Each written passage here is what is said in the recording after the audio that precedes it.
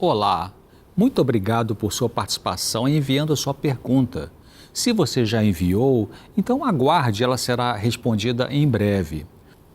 Alguém identificada como K mandou a seguinte pergunta: Meu ex-namorado está fazendo pressão psicológica em mim, como não ligar para isso? Bom, obrigado por sua pergunta, K. Primeiro de tudo, pense que um ex-namorado não tem o direito de ficar te perturbando.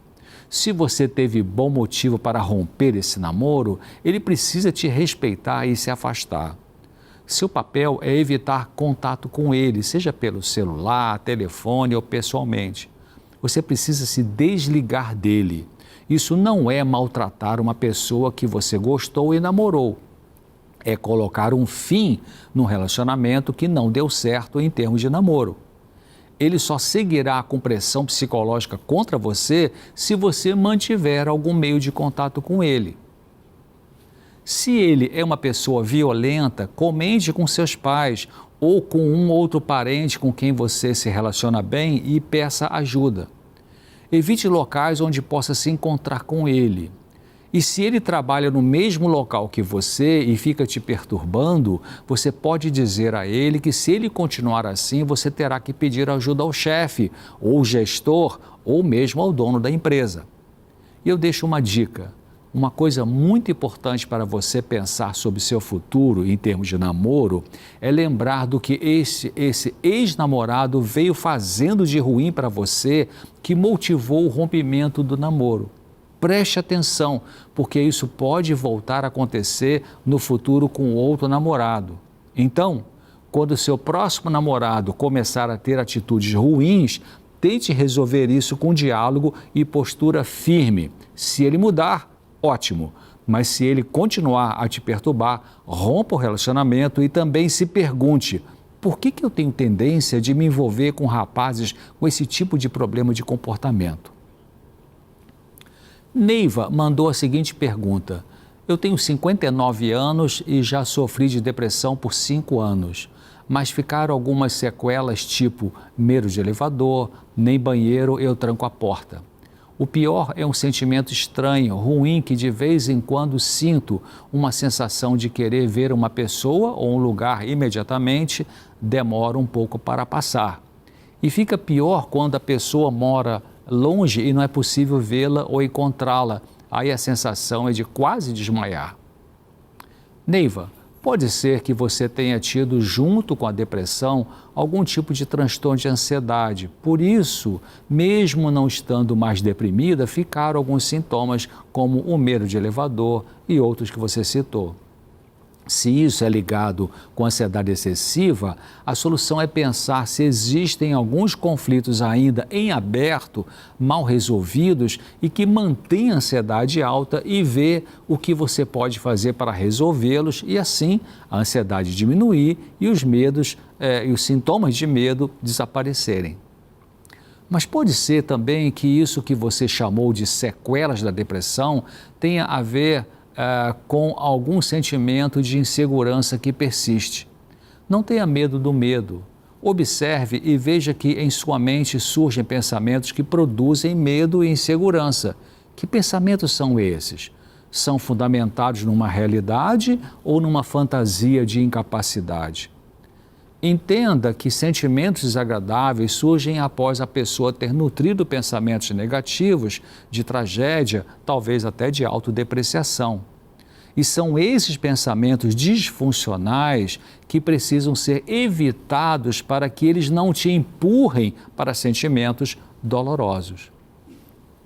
Quanto à sensação que você descreveu sobre querer ver uma pessoa e se sentir muito mal ao pensar que ela mora longe e que seria muito difícil estar com ela, isso pode ser ligado ao que nós chamamos de ansiedade de separação, mais comum em crianças, mas que também é presente em adultos que cresceram muito apegados a um dos pais e que tiveram dificuldade de se separar emocionalmente deles. Então, diga para si mesma, quando vierem essas sensações ruins, que você é adulta, que pode se locomover, que você pode visitar a pessoa de quem sente falta e que isso vai passar. Não deixe a emoção tomar conta da sua mente e, para isso ocorrer, mude o foco do pensamento. E, como eu disse, relembre a si mesma que você é autônoma, ou seja, você pode ir e vir quando desejar para estar com alguém que te faz bem. Brenda e Chris enviaram a mesma pergunta pedindo ajuda para lidar com a síndrome do pânico. Obrigado por enviar sua pergunta. Crise de pânico tem a ver com excesso de ansiedade que se manifesta com a sensação de medo exagerado, geralmente de morrer com infarto do coração, uma sensação de despersonalização, tremores, calafrio, taquicardia, medo de perder o controle. Passos práticos para lidar com isso, com o pânico, incluem os seguintes. Primeiro, treine a sua mente o autocontrole das preocupações exageradas. Se você já fez exame com um cardiologista e ele disse que está tudo bem com seu coração, então quando vier uma preocupação que produz muita ansiedade, vou morrer do coração, então diga para si mesmo, não, olha só, já estou ansioso, já estou ansiosa, já vem isso me perturbar de novo, mas eu sei que eu não tenho problemas do coração, porque eu fui no cardiologista, eu fiz os exames, está tudo normal, por isso eu não preciso deixar que essas ideias de morte por ataque cardíaco tomem conta da minha mente. Agora eu entendo, você continua dizendo para você mesmo, e agora eu entendo que eu não vou sair da realidade, não vou surtar, não vou ficar louca. Ao desenvolver esse tipo de raciocínio na hora que surge uma ameaça de nova crise, isso significa que você está começando a dominar e controlar seus pensamentos trágicos e por isso a crise poderá ser evitada. Pense que crise de pânico é passageira, é rápida, não leva à loucura. Faça um exercício mental de substituir os pensamentos trágicos por pensamentos saudáveis. Pode não ser fácil inicialmente, realmente não é, mas com o treinamento isso vai ficar cada vez menos difícil. Se as crises forem muito frequentes e por causa delas você está até faltando ao trabalho ou está evitando sair de casa quando precisa fazer isso, então procure uma ajuda profissional porque existe tratamento para a crise de pânico com bons resultados. O profissional a ser, em primeiro lugar, procurado é o médico psiquiatra. Sandro enviou a seguinte pergunta. Eu estou num quadro profundo de depressão após uma separação. Estou desesperado. O que fazer? Eu lamento, Sandro, por esse sofrimento realmente difícil.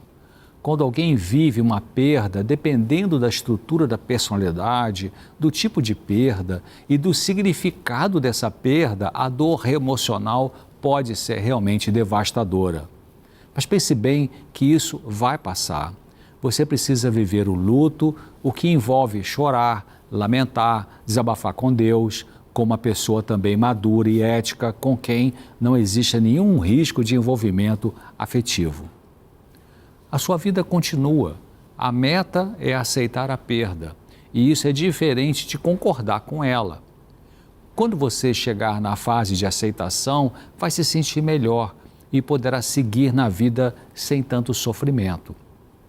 Mas se seus sintomas depressivos o impedem de trabalhar e cuidar bem de si mesmo, pode ser necessário ajuda profissional temporária, até que você saia dessa fase difícil. Então, não hesite em procurar esse tipo de auxílio, mas cultive pensamentos de que você voltará a ficar bem, mesmo diante de uma perda tão grande quanto é a relacionada com uma separação conjugal. Deus está aí perto te ajudando. Bom, por hoje é isso. Então, espero você aqui em breve, no próximo Claramente. Até lá, se Deus quiser.